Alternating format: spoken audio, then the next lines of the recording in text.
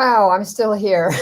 You are still here. Hi, Josh. That was Christopher Archiopoli. I think I've forgotten to say the names of the people whose videos we're seeing, but thank you, Christopher, for making that video. Welcome, Dr. Josh. How are you, Judy? I'm just fine, thank you. How are you? You've just come off service, have you not? Meaning I am on service right now. Been at the hospital all day, and here we are for the next few hours. Some of it we get to be together. I'm looking forward to it. You're a novice to this live stream at this point, so welcome aboard. It's really fun. Thank you. So you're doing great, Judy. Nobody would know that you have been doing this for, already 24 hours. It feels that way. And I'm on the West Coast. We got a long night ahead of us. Well, anyway, we are so delighted together to be hosting the session. Well, I think we're hour 9 already, believe it or not. And it's 7 o'clock on the East Coast, 4 o'clock out here. God knows what time it is elsewhere in the world, but you can find out by looking at our website where it shows you every hour we are. And we have a terrific panel on a very important subject here at this evening hour on the future of HIV and AIDS research, with the corollary, "We are not done yet," is the title this panel has chosen. We have 4 excellent presenters and talkers on this panel. Shall I line them up, Josh, or would you like to do that? I think that you are the host with the most.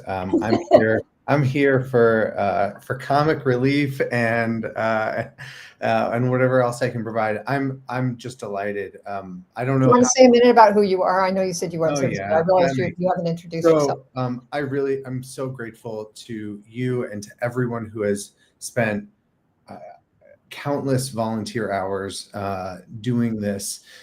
My name is Josh Barocas. I'm an infectious diseases clinician and HIV researcher here in the great state of Colorado.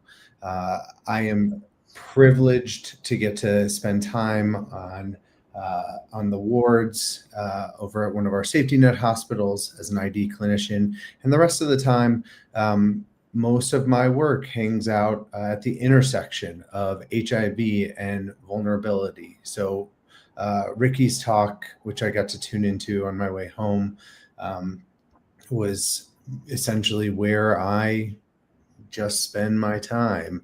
And we'll hear, I think, a lot of that type of work later on. So for now— And you are actually speaking later on, are you not? I am. I'm speaking at about 9:40 p.m.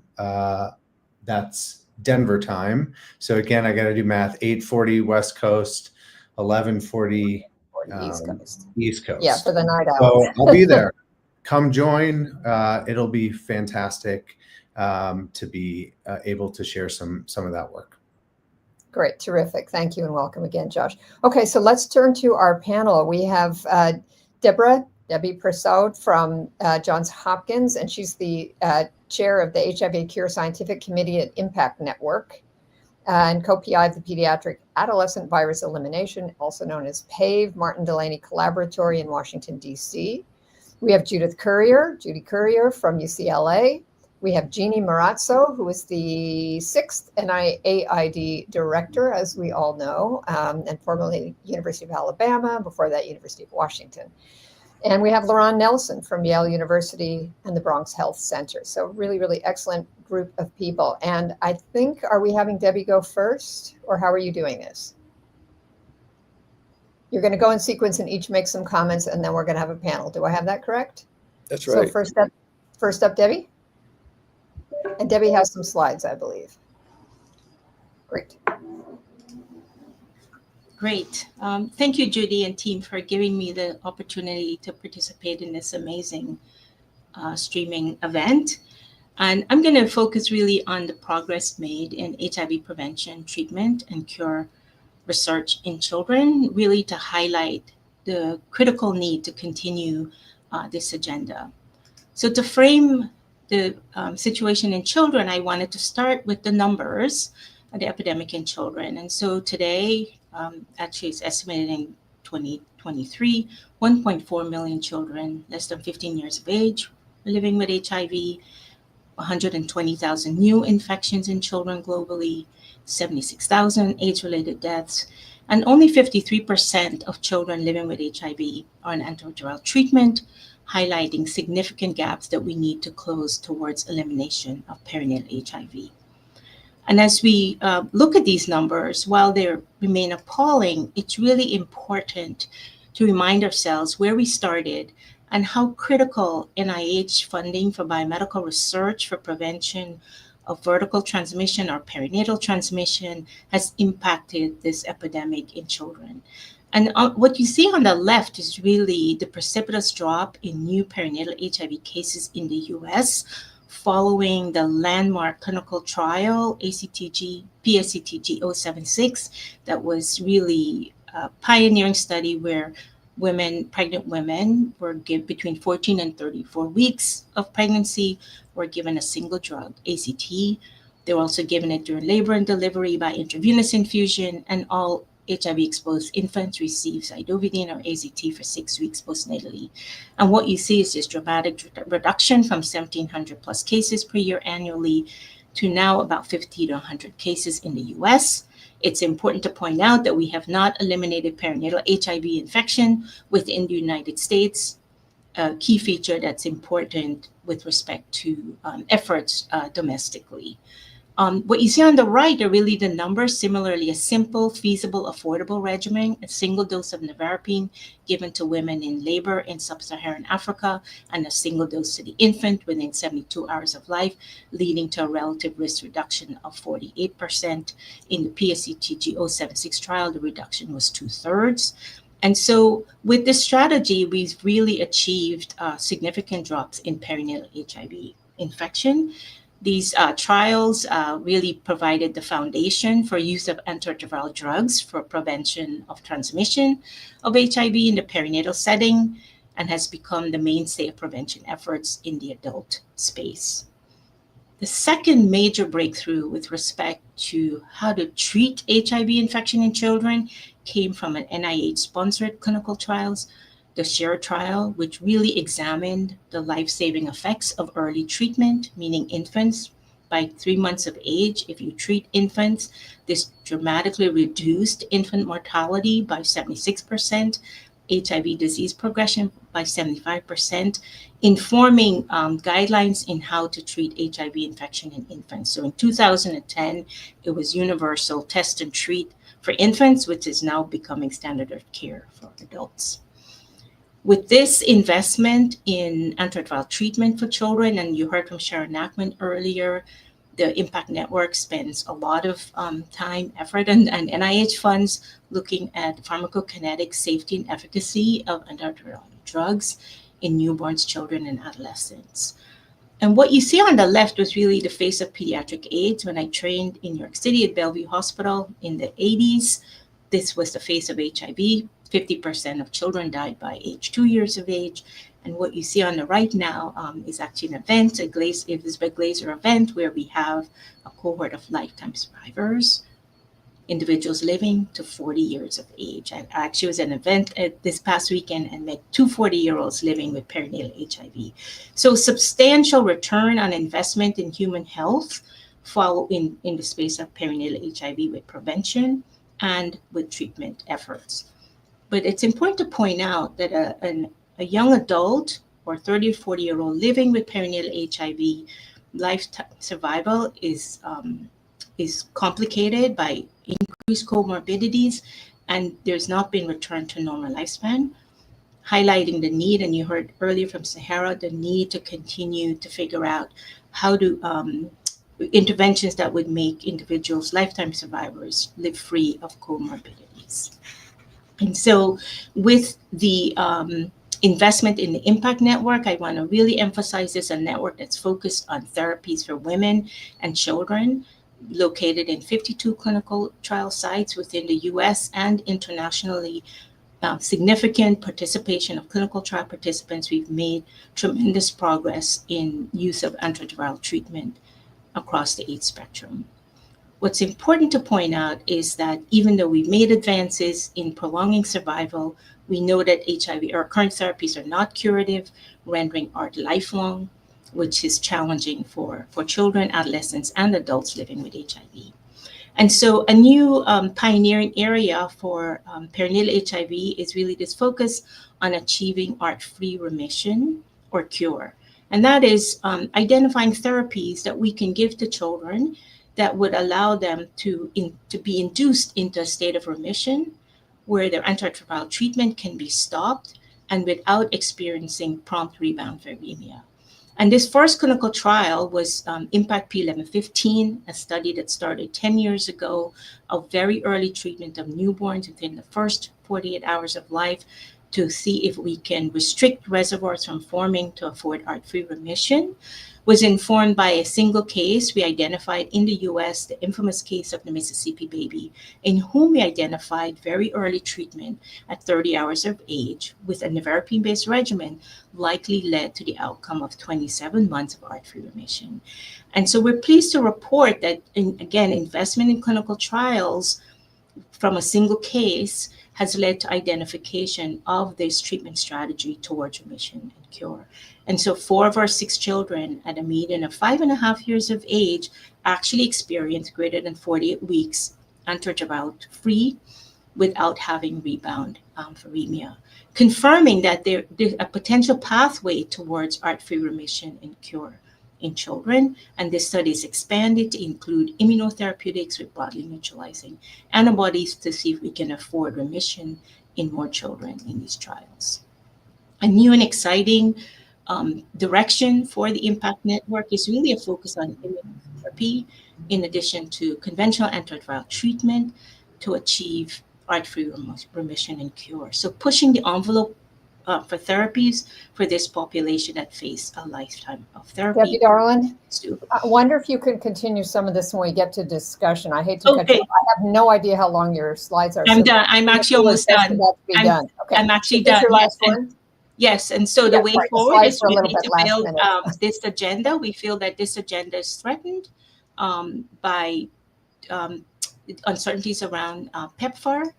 And so we believe for perinatal HIV, the only path forward towards ending AIDS is investment in biomedical research. Thank you. Thanks so much. And sorry, I didn't mean to be rude. No, that's okay. The slides were, but really excellent. So Josh, I don't know if you want to chime in or should we just move on to, I think Judy, are you next? Other Judy? Yeah, let's have Judy go and continue the conversation. All right. Judy, what is the future of AIDS research? Thank you so much for including me. I'm so excited to be here with this group, and I hope we can have some discussion. And I don't have any slides so that you can look at the beautiful faces on the screen as you listen to my words. So I've actually had the privilege over the last 30 plus years to work in the field of HIV and HIV treatment. I'm an infectious disease specialist. I'm actually going to my 40th medical school reunion next weekend, this weekend, and it makes me think back to being in medical school when the first MMWR reports of HIV came out. And I think when we think about, in my job, I provide care for people living with HIV, and I conduct research and on HIV treatment and addressing some of the complications of HIV. And I think before we talk about the future, it's really important to reflect upon where we've come. And I think we've heard about this over and over today, but you never know, people may just tune in for 1 hour. So it's the amount of progress that we've made, it just cannot be overstated how important it is. And when I first started out, like many others who've spoken today, people were only living a few months after their diagnosis. Testing was not widely available, and people would come to the hospital and find out both that they had HIV and not survive that first hospitalization. And these late diagnoses gave us little time to turn things around. In addition, we had little or minimal treatment, and it was really through incredible advocacy from the community and partnerships between community, industry, government, and academic partners, and basic research that we developed combination antiretroviral therapy. And I think along the way, through the research investments in HIV, they've been incredible in terms of what it's done for HIV, but it's also helped other fields of research. And I just can't emphasize that enough, that investments in HIV research go beyond just the benefits for HIV. So, as we've heard, the combination therapies, now we can provide a single pill once a day. People can be diagnosed rapidly and started on care if they're in the right environment, and live a near normal or normal lifespan. And this would not have been possible without the investments in research. And additionally, the US government's investments in the President's Emergency Fund for AIDS Research, or PEPFAR, help to extend those benefits more globally. So, as I mentioned, some of the basic research that helped us make treatment available for antivirals for HIV opened the door to drug development for hepatitis C. And now hepatitis C can be cured with a relatively short course of therapy that can be provided all at once with really limited monitoring. So this whole paradigm shift wouldn't have been possible without the investments in HIV. The research has continued to evolve beyond treatment. In addition to making the treatments better, having treatments for people who have drug resistance, also making treatments easier to take with injectables. And you've heard about, and we'll hear more about, the injectables for prevention. But for treatment, this has really been a game changer for people who've been able to access it and who've been challenged with taking a pill every day. And so now there's every 4-month injectable treatment. There are drugs that can be given every 6 months that are looking for partners that can also be given every 6 months. This really will extend the benefits of HIV treatment to people who've not been able to benefit from what we have now. But we need to continue this research, and we need to continue the work on how to implement this in a variety of settings globally. And again, I just want to emphasize, none of this would be possible without all the volunteers who participated in this research. In addition to the work on HIV therapy, there's been a lot of work to improve the health span of people living with HIV. So not just number of years lived, but the health, having better health during that time. And that's meant addressing chronic diseases. And one example of this is heart disease, where the risk of heart disease or heart attack is higher in people living with HIV than the general population. And while we've identified the sort of traditional risk factors like smoking and diet and exercise, it turns out that HIV itself increases the risk. And through clinical research funded by the NIAID, we've learned that drugs like the statin drugs that are used to prevent heart disease work in people with HIV, but they have benefit if they're started sooner than in the general population. And what we're learning about why HIV makes a chronic disease like heart disease worse has applications not only for HIV, but for other chronic diseases.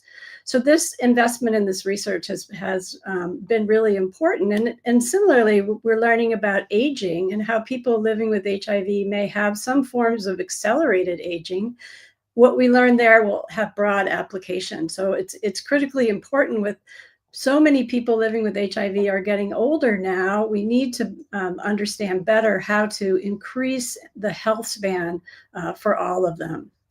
So I think that, one thing that people say is, well, we have one pill once a day. Really, why do we need this? Why do we need this more research on HIV? And I think that the answers are really multifactorial.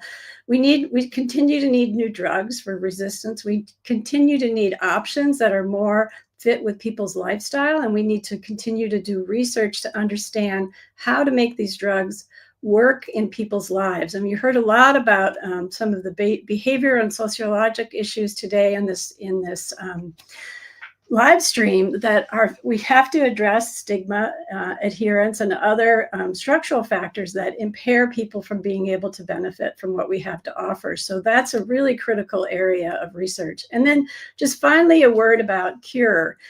Debbie did a great job of talking about the pediatric cure, and we heard earlier today about research in HIV cure.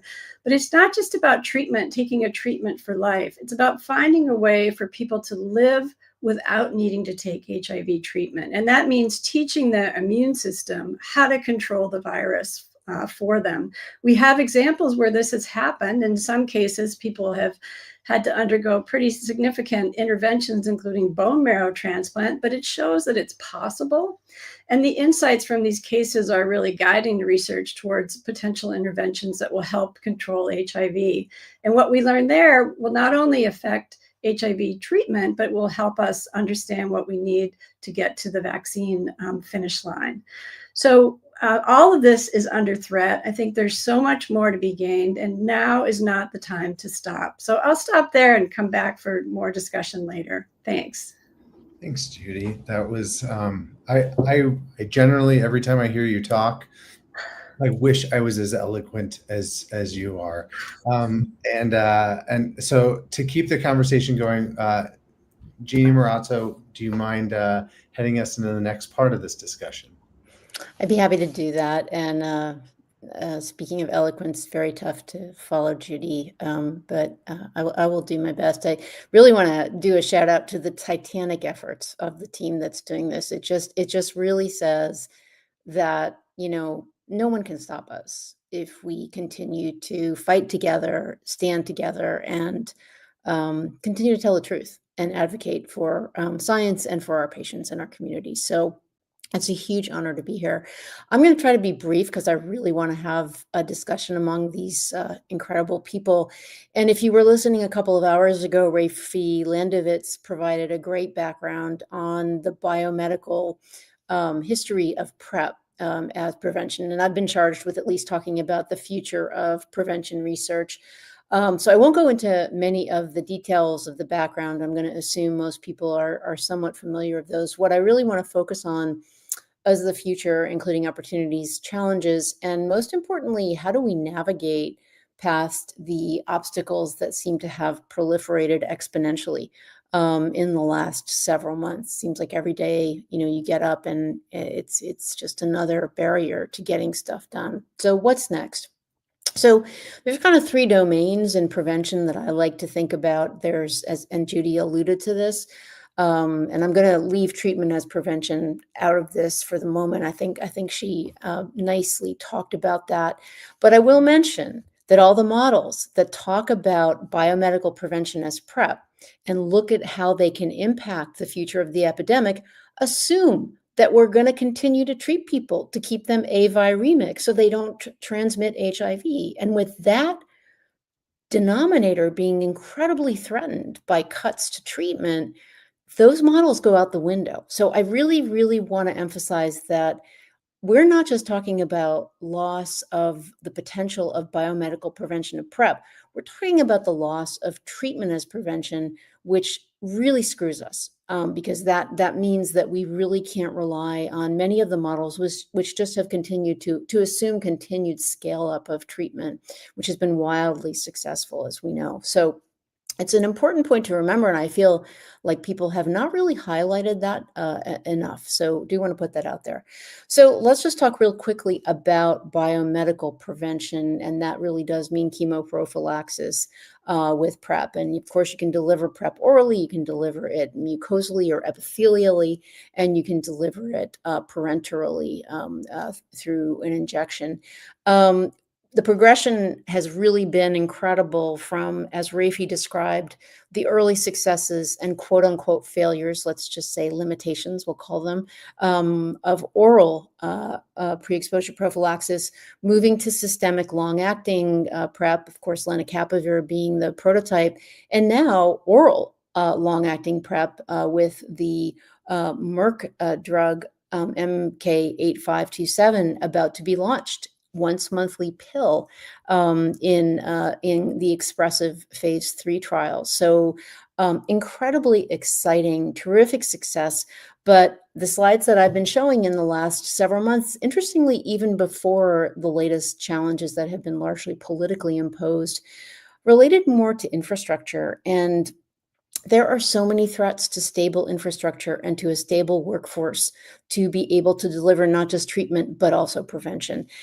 Pills, maybe not so much. You can give people pills to weather disruptions in access, but to make sure people have access to injectables, particularly injectables that require some skill to administer, like lenacapavir, can be incredibly challenging. So one of the slides that I have updated in the last couple of years talks about people living in conflict. And it's estimated right now that in 2024, 1 in 8 people lived in a place that had enough conflict to disrupt their access to healthcare. Fully 25% increase in political violence in many countries associated with a need for biomedical prep in particular. So I think we can't, sorry, I'm just gonna try to, I'm getting a phone call. Just really cannot get rid of that. Cannot, I think, de-emphasize or emphasize that enough. And then finally, the other point I would make that even though we think long-acting injectable PrEP and perhaps oral PrEP is the way to go, when Linda Gale Becker presented at IAS women's preferences for what they would like for PrEP, there were still about 1 in 5 women who did want a pill. So not everybody wants the same thing. And Rafi made that point beautifully. So I would just say that the future really is going to rely on continuing to ensure choice. I think on-demand PrEP remains really important for people who just don't know what's going to happen, when it's going to happen. And then I'll just say that the biggest threat right now to all of this, before I mention vaccines and monoclonals, is that we've had an assault on our ability to do global research, right? So being able to do research where these diseases, especially HIV incidence is high, has been fundamental, not just to our ability to do the work we need to do, but to help and work with the communities who are most affected. So I think solving that problem is going to be huge. Just a couple of other words about vaccines and then monoclonal antibodies. I think everybody's aware that the quest for an HIV vaccine has been a very long slog, to put it kindly. I do want to pick up on Judy's point that the investment, however, has yielded not just spectacular results in terms of getting us towards an HIV vaccine, which I'll mention in a moment, but also in terms of the ability to understand the structure of the HIV virus and the antibodies that are needed to neutralize the virus. That has had implications for almost every other major infectious disease that we've managed to make a vaccine for, and that we've managed to make monoclonals for, like malaria. Monoclonals for malaria combined with malaria vaccine have the potential to end malaria probably within our lifetime. So, but given that, we still have made great progress in HIV vaccine research, and recommitting to that, re-upping that, now that we know the broadly neutralizing antibodies we need, what those look like, how we can do it, very complicated. It just means we need to double down. Obviously, the reluctance to provide support for the mRNA platform is devastating. Why? Because the mRNA platform allows you to define the genetic sequence of a pathogen and pretty quickly figure out how to make a vaccine or even a monoclonal antibody. So very short-sighted decisions related to concerns that I think are not valid. And so we really have to keep fighting for that. And then the last thing, just to mention monoclonals. So this whole concept of trying to find an antibody that protects against HIV is intimately related to the idea of how hard it's been to create an HIV vaccine, because those are the antibodies you want to create. We can now prompt the development, production of the antibodies we want in animal models, in mice and monkeys. And I think it's just a matter of time before we do this in humans. We just can't give up. It may be another 5 years, it may be another 10 years, but what we're going to learn along the way is huge. So we clearly need to look at alternative funding. The current leadership at NIH clearly is not interested in a bespoke commitment to HIV vaccine. And frankly, I think that extends up to the HHS leadership, which means that we need to continue to be really vocal, really fight, and really argue for how important this is going to be in our lifetime. So I'll stop there and pass it back to Josh and then to LaRon. If you don't mind me jumping in, Josh, I just Please. want to say one thing really quickly. You talked a lot, and rightfully so, about infrastructure and the ability to scale up and give people access. And LaRon's going to talk a bit about implementation science, which I think is very connected. But we can't go without saying that all of this is about the people who are most affected, and the research that has been targeted, and this is in the comments from Ace Robinson, and I think other people would support it. If we can't get to it later, I wanted to mention it now, that we can't lose sight that it's infrastructure to do research, but it's about by people who are at risk of acquiring HIV or living with HIV. And those are the very people who are in categories, so to speak, population groups who've been targeted, not just in the research cuts, but also in a whole lot of other policy cuts, whether they're transgender persons or gay men, lesbians, and so on. So just to mention that without, we can pick that up a little bit later as well. And then I think the issue you raised about implementation, there's also a question in the chat about that. I think, LaRon, that's what you're going to talk about a bit as well, right? Yes, I will. Over to you. Okay, all right, thank you. I'm glad you made those comments, Judy, coming into this. A few years ago, I made some comment at Croy. I think my point was that I think we were headed, I think we're evolving past this science of efficacy towards a science of impact. Not the efficacy was obsolete, but the impact was going to take more center stage. And I do think that now, even with all the turmoil and the destruction or disruption, if you will, I feel like the future of HIV is transitioning from, I would say, the age of the academy. I say that as I sit in a classroom, moving away from the age of the academy to the age of the everyday person, the ordinary person, or the age of impact. Meaning, I really do think that this populist sort of wave, if you would, that you sort of seen outside in the general political community spectrum, I think is here. I think there is a sense among people, the same people, Judy, that you just mentioned, that finding out whether or not a thing works is not enough. Does the pill work? It's not enough. It's a good answer, it's an important answer. It's not enough. Does the injection work? It's not enough. That people want to know, what difference does it make for me? Right? My child still got HIV. My aunt just died of AIDS. What difference did any of that make for anybody around me? It's a very serious question and demand. What difference does it make for me? Or for whom? For whom does this make a difference for, beyond the people in your trial or our trials? Or how many people will it make a difference for?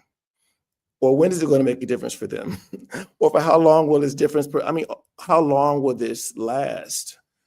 All these are questions that everyday people ask when they think about their investment. So the many of the funds that we use to support programs or to support research come from somebody who, whether they decided or not, is not keeping that money in their pockets because it's going someplace else to fund this work that they expect will make a difference for them.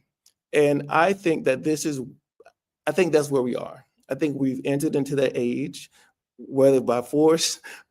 I think it's largely been by force. We've sort of been forced into that. So how we rebuild this, I think we have to be thoughtful about it. Because I'm not sure that the communities will come along the same way we've come along when it was built with the academy at the front. I think those days are over. I hope those days are over.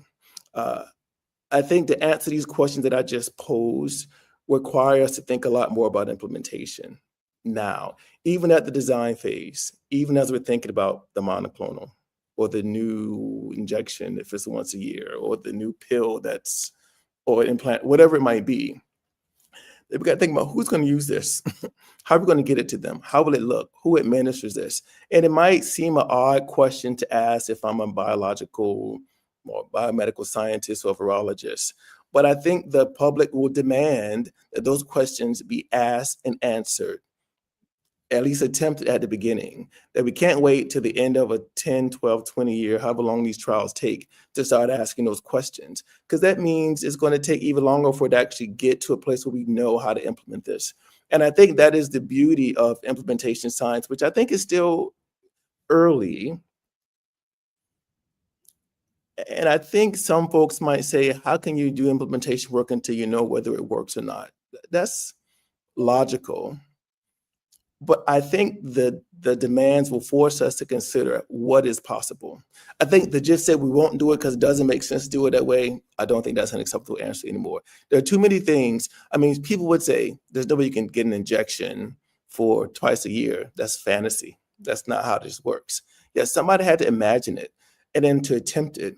I think the opportunity we have is to imagine how this might work. And maybe it's not even sort of an imagination. I think if you work with implementers, the physicians, the nurses, the testers, the community health workers, who can imagine if this were to come to fruition, how would I implement it? How would I do it? Where would it go? Where would I store it? How would I get people to take it? What would their reactions be? Those are questions we could be asking now because they increase the chance. I mean, we could know early on whether we should stop investing in a thing that nobody is looking for. That we might want, but it's not maybe what the community wants from us or how they want it. So I think implementation science offers us a chance to study those things. I've seen there be more interest in implementation science researchers I'm very happy about. I mean, it is designed to understand the ways in which products or services or devices are able to be put into workflows, into systems, and see how those work for people who access services or those products. This is some of the work that I do. We have a trial now, Mike Cohen mentioned it earlier today, HP 10096, which is doing that, which I know when we first mentioned it, it seemed like fantasy to be thinking about that. But I think that's where the future is going to be, is focused on implementation and focused on multi-level interventions, which are interventions that don't just consider biomedical. Certainly biomedical is central to much of what those things look like, but also organizational factors, social factors, political or policy factors, because all that makes a difference into whether or not the thing we discover makes a difference for anybody in various places. And I think just the last thing I'll say is we have the future of HIV research, I think also will mean a renegotiation of the relationship between researchers and the communities that they study. Judy, you had mentioned this just a few moments ago. I think the people on which these studies are built, I mean, who participate in it, I think they'll want more. You know, in this age where we couldn't talk about diversity and equity and inclusion, I think people can understand when you need to make pivots. I've had to make those same changes in some studies that I've done, but I've not abandoned my commitment to those communities. And I think folks need to know you make trade-offs, but if they're on the other end of that trade-off, I think we have to be careful or be aware that a time may come where we may be on the other side of that trade-off. And we need to be clear about that now, because how we behave now, I think in this new age of the ordinary, the everyday age of impact, there'll be different demands on us when we need those communities again. So I'm excited about this. It's been a tough time, as folks have mentioned, but I think it does offer us a different opportunity to build something very different that has an impact on people's lives. Thank you. Thank you, LaRon. That was excellent. I think, Josh, you probably want to kick things off with a question, but I want to thank you all right from the get-go for these really, really stellar and inspiring and provocative comments. So, Josh, you want to go ahead? Absolutely. I'm a little bit without words, just listening to all of you. I think that what I've heard over the last 40 minutes has to do with what comes next. And I'm curious from all four of you, and maybe just in a discussion format, not necessarily going down the line, what are the missing pieces? What are the blind spots that are, and what are the Dr. Nelson, you just said that it's community. We've heard community along the way. But if we're going to get tangible, how do we recreate that burning platform for this type of research? I mean, I would say, I don't think we need to. Early on, I was listening to some comments in the marathon, and I think there's an assumption that bringing community along or involved means training them to think like researchers. I think we have to find ways to lead with community in the ways that they want to do it. I think we have to assume that we don't actually know all the ways to get this done, and that other people know the ways to get this done. And I think working in partnership with community members is sort of a way to do it. Now, the funding models determine that to a degree, but I think there's a lot of agency within the grants that we get to do this research where we can work in partnership with community members. They're not just there for recruitment. I mean, that could be what they're doing, but there's a lot more value that's offered that I think we miss. So that's what I would do. I would say not sort of, I'm trying not to be provocative here. Why not? Good. Don't hold back. Not to. I think there's a lot of value that they offer just at base, that they don't need to learn anything that we know at all. Yeah. We need to sort of learn and value what they offer, period. If I could just amend that, I mean, I think that's a beautiful sort of comment. Like, we need to get researchers to think more like the community, as opposed to the other way around, because like their priorities are going to determine whether or not something's going to be successful in the field. And I think we've come a long way in that from our sort of dictatorial, patriarchal sort of, this is going to be what's best for you, but we're not there yet. And Jeanne, to your point, I think both you and Judy said it earlier, that HIV and AIDS research really has led to, we're talking about advancements in malaria, in COVID, in hepatitis C. Is this an opportunity? I mean, I'm trying to be positive. Is this an opportunity to engage beyond the sort of the HIV community, or the community just at risk for HIV, the communities at risk for HIV? Totally. I think we are really bad at selling ourselves. We assume that people think we're great because we want to save lives, we want to do this, but if it doesn't affect them, they're not always really listening. And that's a hard pill to swallow, but I think we have not done a good enough job communicating about what our investment in HIV research, in addition to saving lives, maybe of people that our community doesn't necessarily know, has done for the rest of us. We would never have had a COVID vaccine in 6 months if it were not for the structural biology capacity that was built with the investment in HIV vaccines. Judy, I think Judy wanted to say something, and I have a thought, but I'll let Judy and Debbie chime in first if you want. Yeah, I was just thinking about what you said, LaRon, about like, what can we do to capitalize on this populist movement in a way that's beneficial and not harmful.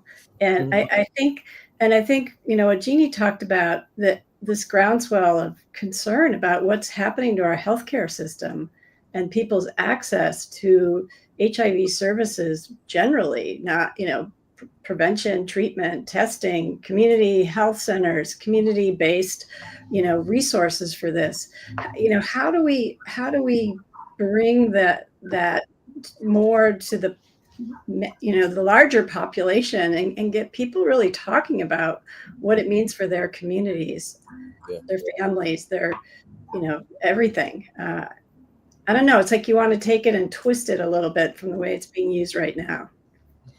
Well, maybe I'll jump in with my comment unless Debbie wants to say something before I do. Yeah, I was gonna respond to the question that Josh posed with respect to missing pieces and blind spots. And the first thing that came to mind is, with the interruption in funding for international work, we've built over decades a platform of trust. These are vulnerable populations, women and infants.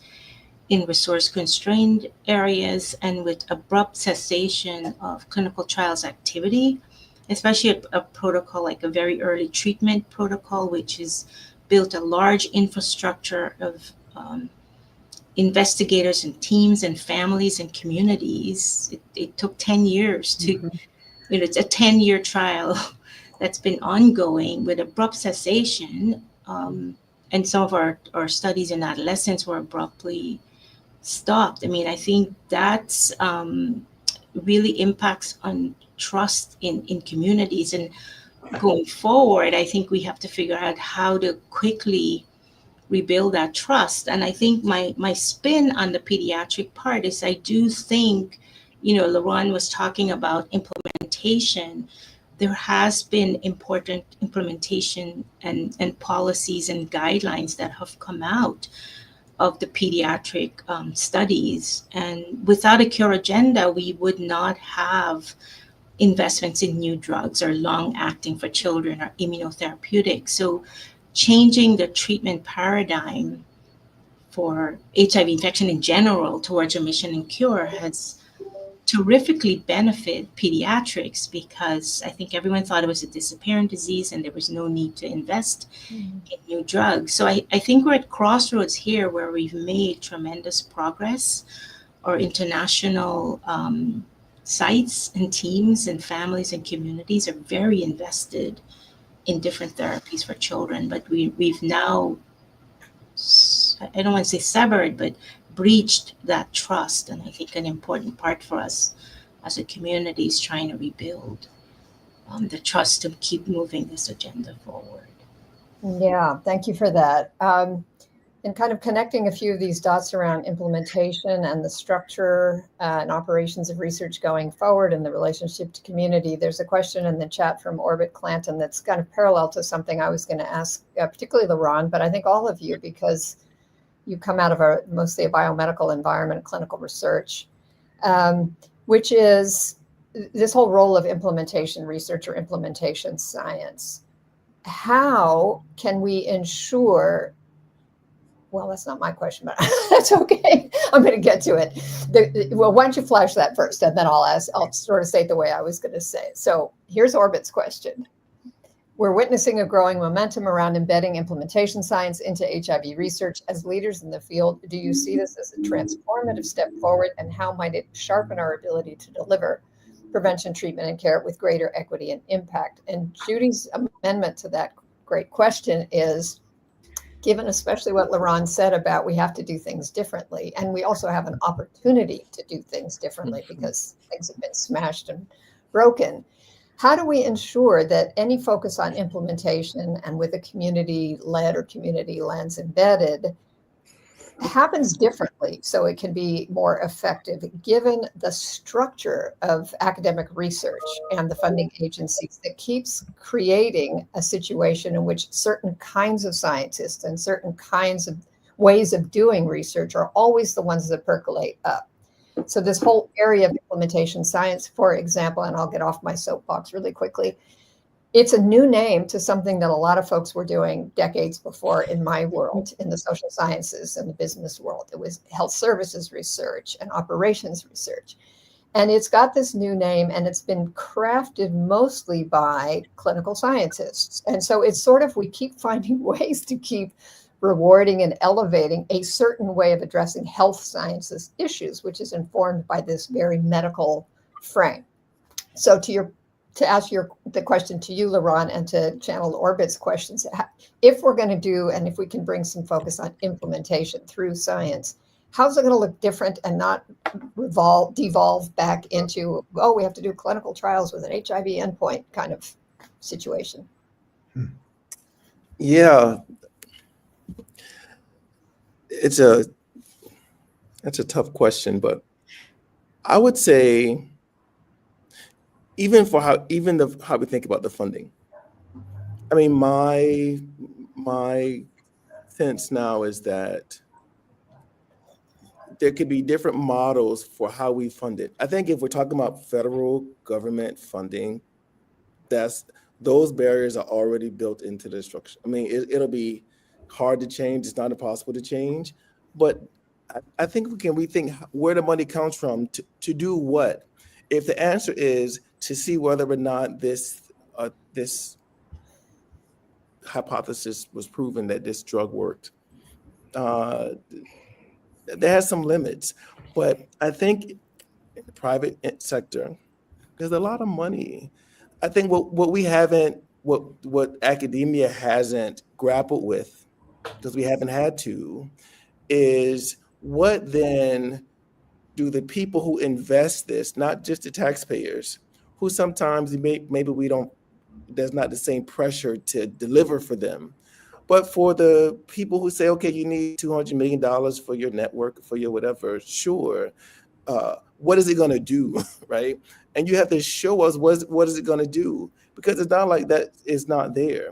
I think if you look like at social impact bonds, I'm not proposing this be the model, but this idea that, okay, a government, a county, a state has not been able to reduce the number of new infections. They're doing it wrong. Something's not happening. The needle is not changing. So we partner with this government and this state or the city. We invest this money because if you can get this, if we can do it, if we can get people, scientists and community members to implement a strategy that can do it better than you can do it, then you got to pay us the difference, right? The inefficient budget that you were going to spend for a year to not get the job done. If folks can get it done faster and with less money, then you got to give us the difference of that money. So there's a way to leverage that financial incentive, just as an example. That is a very different model than what we use. That doesn't privilege the researcher at all, right? It privileges the outcome. How do you stop HIV? If that is the question, how do you stop new transmissions? How do you get viral loads down? And then force people to answer that question and then tie the financial incentive to the outcome. Right now, in the research, we get the money before we've solved any problem, right? We get it all up front and we spin it down and hope what happens on the end, right? It's much tougher to say to a group of people, if you get it right, then you get the sort of the bonus or the benefit. I'm making this up, but I'm just trying to say there's other ways to think about it. We've just never had to really think about it that way. And I think this sort of forces us into considering all types of new models. Yeah, I think during the end the epidemic first waves of funding, there were funding opportunities where it was a requirement that there be a community-based partner in some situations in the lead. It wasn't funneled through the same way that things have been done in the past. And I think some of these new models with implementation sciences, I think implementation is very local, right? What's going to work in one place may not work in another place. And really in a geography, providing funding to community-based organizations and making the endpoint be viral suppression or uptake of PrEP and figuring out what's going to work there and doing that kind of partnership to get it done and be able to show the results, I think is a way of a sort of a step in the right direction. There's clearly a lot of emphasis on this, and it's the time to be doing it because we have the tools. If I could just go back to something, I can't remember who brought this up, something about flipping the script, about what's important to people and the current environment. Think of how many families the care that we provide have helped to thrive and indeed survive, right? How many parents are alive because of the work that Ryan White has done? How many kids, have grown up without the complications of HIV infection, or indeed, from Debbie's work, not even gotten HIV infection? I'm not sure we've really told that story. And I think, building on the idea of working with community to tell that story, talk about the impact, making it really remind people that even though they're trying to other us, whether we're gay, whether we're HIV infected, whether we're trans, whether we're women, whatever it is, there are still huge effects and benefits to the community at large. And I think we need to kind of take over that narrative, and I don't think we have. Yeah, and I was gonna, if I can, that's the theme that I've heard from all of you. And in fact, Debbie, one of the things that I was thinking as you were talking earlier was that we actually have this opportunity to reclaim a narrative about what we have done for longevity of children. I do think that there's a rallying point around children and around kids, and I wonder if that's part of if we can steal some of that narrative from the pediatric world into the adult implementation world, that this is about making our communities, however we're defining communities, stronger. This is beyond just somebody getting PrEP, somebody getting ART, somebody being virologically suppressed. This is about helping someone lead or get a community to lead their healthiest lives. LaRon, it looked like you were going to say something, but Debbie, I called you out. No, I agree with you. And I think what's happened is, and obviously almost all of our work is being done internationally.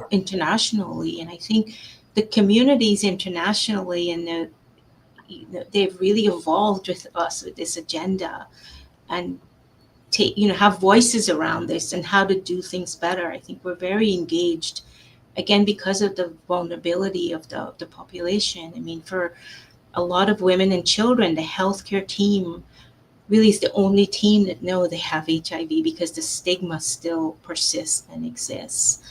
And so I do think that this idea of implementation science, I think the time is ripe now that it is built into, if you find X, what's going to be the metric for rollout. And I'll tell you, our P1115 protocol findings, we actually had a collaboration impact with PEPFAR to sort of roll it out locally in different countries to see the uptake and the effectiveness of this strategy. But obviously that no longer can be done. So I do think as part of clinical trials, this is forcing us to think beyond the clinical trial findings, but then, as was said by many here, how do you roll this out in a timely way, in a systematic way? And for pediatrics, Josh, I think the key thing is that number with ARV coverage has been very stagnant. And that's an easy goal for us to grab onto.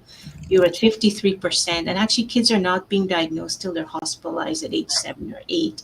And so delayed diagnosis and delayed treatment. And so we have low-hanging metrics to start implementation, even at our clinical trial sites, to sort of pilot with our, investigators locally, because as I think Judy said this, it is, or Jeanne, that it is different in each location. And I think one thing we've learned is food security is food insecurity, a big part of, even for kids to be able to take ARVs. And so it has to be a comprehensive package of care that includes other co-infections, including health and nutrition. And I hate to cut, I truly hate to cut this, but if we can get 15 seconds from each of you in final thoughts, just the take-home message, starting with Jeanne. I like putting Jeanne on the spot. And you're so good at it. Yeah.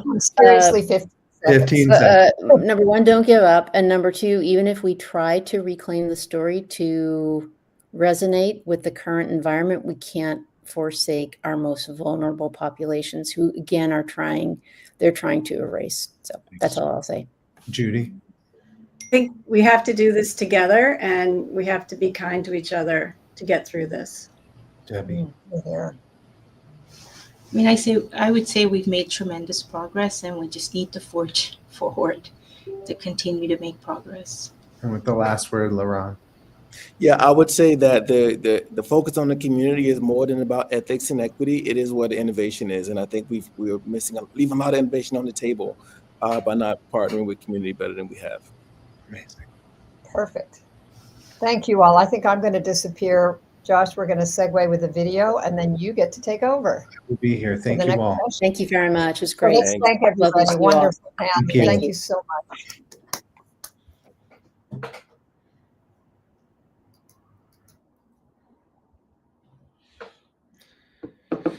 So we have a video coming up. Stay with us. Judy, you have done an amazing job. You deserve a break for a few minutes.